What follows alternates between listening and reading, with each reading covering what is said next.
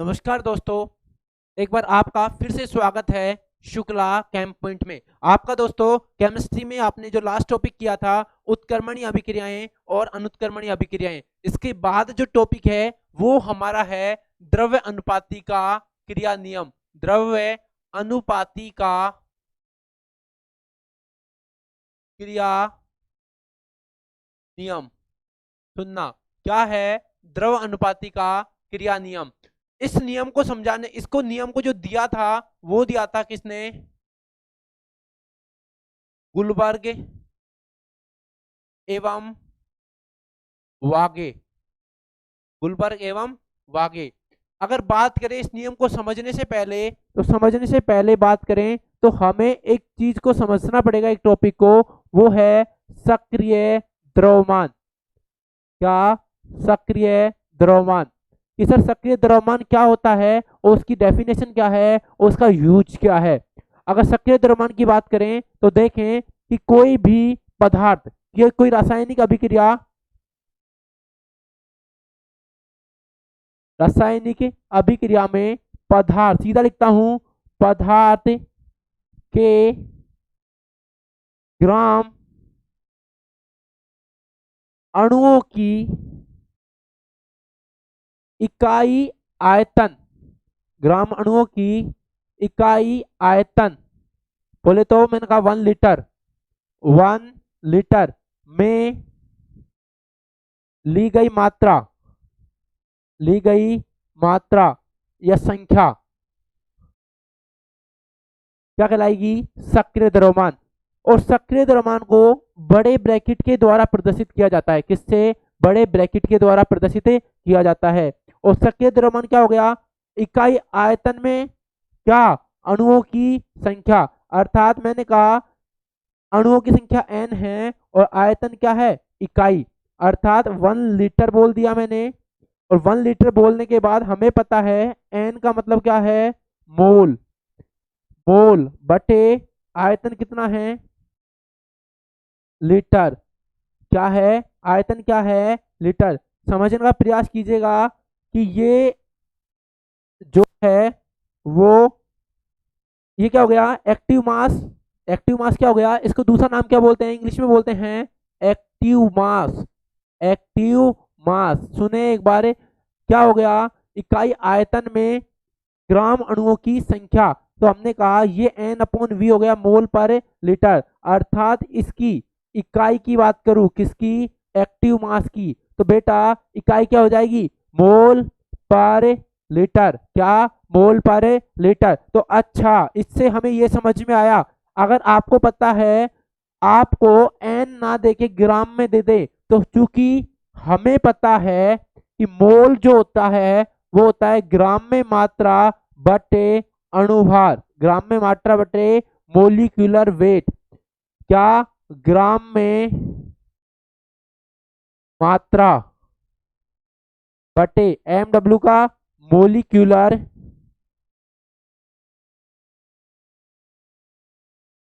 Wait. Molecular weight अर्थात अणुभार। और इससे हम ये लिख सकते हैं W/ मोलिकुलर वेट और 1/v लीटर। ये भी फॉर्मूला बन सकता है एक्टिव मास का, और एक्टिव मास का फॉर्मूला एक ये है, और इकाई आपको बताई दी, मोल पर लीटर। इन एक्टिव मास का हम यूजेज पढ़ेंगे, बहुत ज्यादा पढ़ेंगे इसका यूज साम्य अवस्था में और द्रव अनुपाती क्रिया के नियम में। इस नियम को आगे, द्रव अनुपाती के नियम को एक्टिव मास का इस्तेमाल करते हुए गुलबर्ग और वागे ने अपने आप का जो नियम दे दिया, द्रव्य अनुपाती का नियम। कौन सा?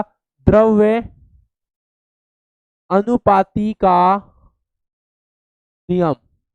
सुनना आराम से, क्या दिया? द्रव अनुपाती का नियम। उन्होंने बोला कि किसी रासायनिक अभिक्रिया, किसी, एक बार लिख लेते हैं, रासायनिक अभिक्रिया, अभिक्रिया की दर, किसी रासायनिक अभिक्रिया की दर पदार्थ के सक्रिय द्रव्यमान, देखो इस्तेमाल कर लिया ना, सक्रिय द्रव्यमान के गुणनफल के समानुपाती होती है क्या? अभिक्रिया की दर होती है। और अभिक्रिया में, सुनना एक बार, अभिक्रिया में अभिक्रिया की गति, क्या? अब दर नहीं, अभिक्रिया की गति, क्रिया कारक, ये बड़ा इंपॉर्टेंट है, क्रिया कारक या क्रिया कारकों के सक्रिय द्रव्यमान के गुणनफल के समानुपाती होती है। क्या होती है? समानुपाती होती है। ये था द्रव्य अनुपाती का क्रिया का नियम। अगर बात करें, पूरा एक बार फिर पढ़ लें कि रासायनिक अभिक्रिया की दर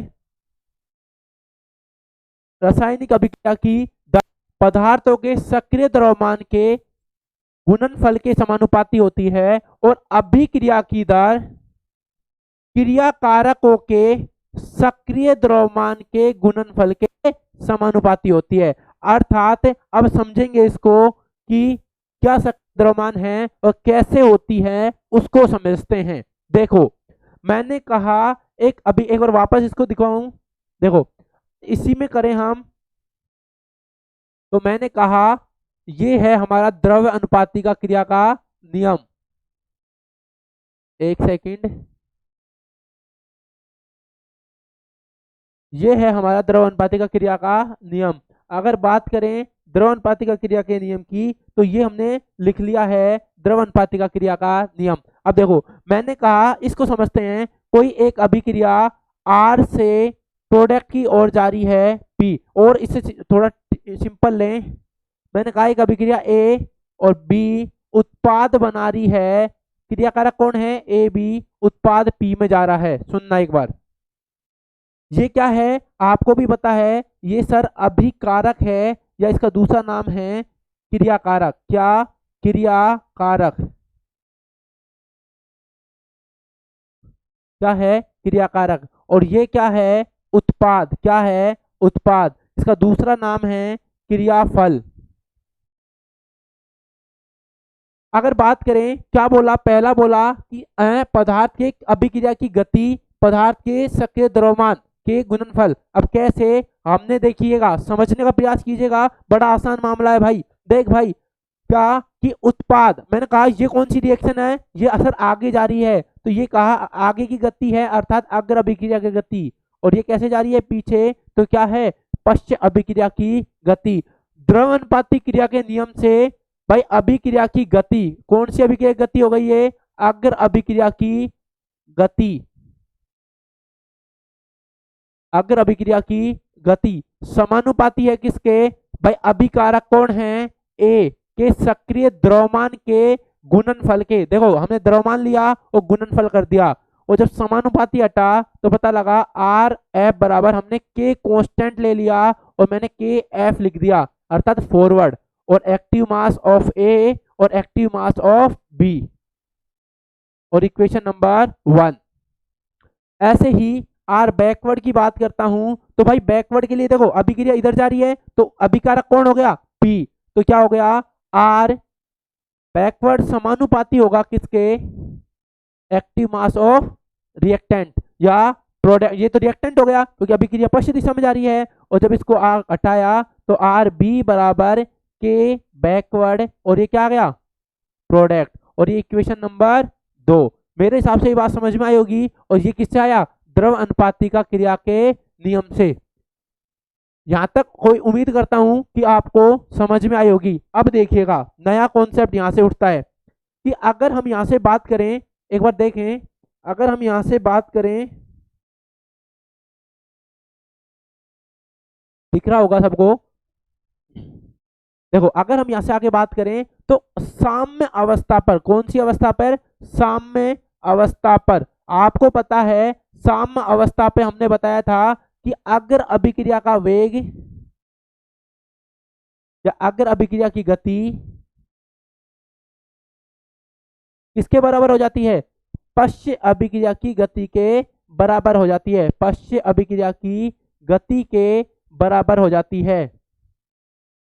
अर्थात जब देखो इसको यहां से करें तो आपको पता है अगर अभिक्रिया की गति क्या होगी sir, r forward equal to r backward, और ये हो गई हमारे पास समीकरण नंबर 3। एक बार देख लीजिएगा, तीनों समीकरण लिख लें और इसके आगे का जो पोर्शन है उसको समझने का प्रयास करेंगे। हमारे पास हो गई ये 3 इक्वेशंस, दिख रहा होगा आपको पूरा। देखो हमारे पास 3 इक्वेशंस हो गई। अब देखिएगा समीकरण 3 में, किसमें, समीकरण 3 में समझिएगा भाई हमने क्या किया, द्रव अनुपातिका क्रिया के नियम से एक आर फॉरवर्ड निकाल लिया और एक आर बैकवर्ड निकाल दिया, और उसके बाद द्रव अनुपातिका साम्य अवस्था पे हमने कांस्टेंट देखा कि पता लगा अभिक्रिया का वेग, आगे अग्र अभिक्रिया का वेग और पश्च अभिक्रिया का वेग दोनों बराबर हो जाते हैं तो साम्य अवस्था आ जाती है।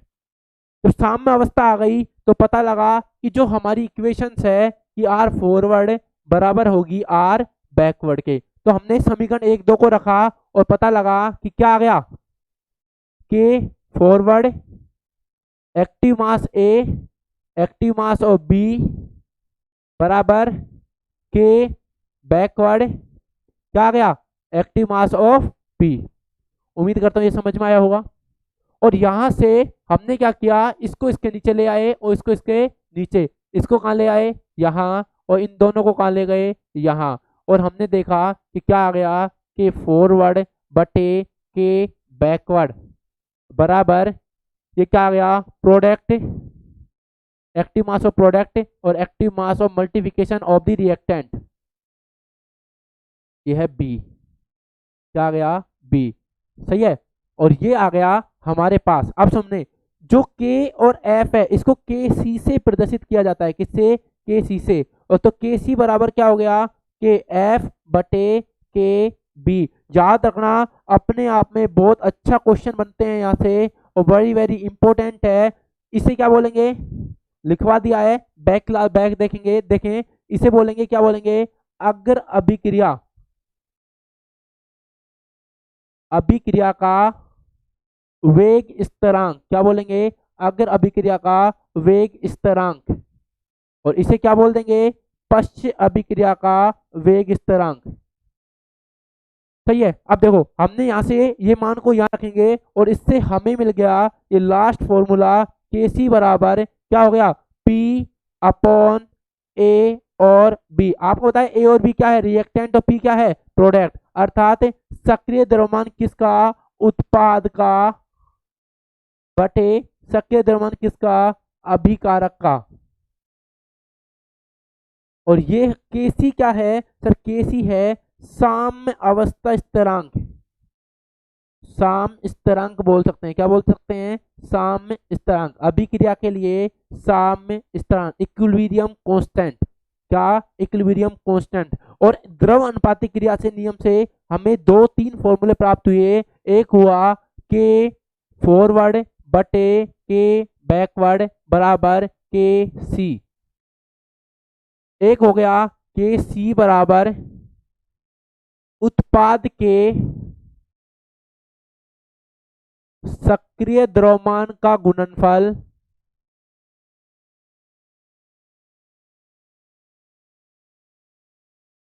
बटे अभिकारक के सक्रिय द्रव्यमान का गुणनफल। अर्थात के सी बराबर एक्टिव मास ऑफ प्रोडक्ट बटे एक्टिव मास ऑफ रिएक्टेंट, और इसे केसी को बोला इक्विलिब्रियम कांस्टेंट या साम्य अवस्था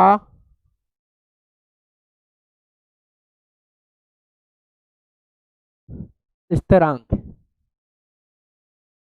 सही है। और यहां से हमारा ये होता है साम्य अवस्था स्थिरांक, इसके बाद का साम्य दाब स्थिरांक, और जो भी है वो हम पढ़ेंगे नेक्स्ट क्लास में। इसकी यूनिट कि साम्य अवस्था स्थिरांक की यूनिट क्या होती है, साम्य दाब स्थिरांक की यूनिट क्या होती है, कौन कौन सी अभिक्रियाओं से डायरेक्टली यूनिट निकाली जाती है, यूनिट को देखने के साथ यूनिट कैसे की जाती है, या फिर बात करें इसकी तो साम्य अवस्था स्थिरांक कौन कौन सी अभिक्रियाओं पर लागू किया जाता है, कौन से रिएक्टेंट इस्तेमाल किए जाते हैं, या कौन से उत्पाद का हम इस्तेमाल करेंगे।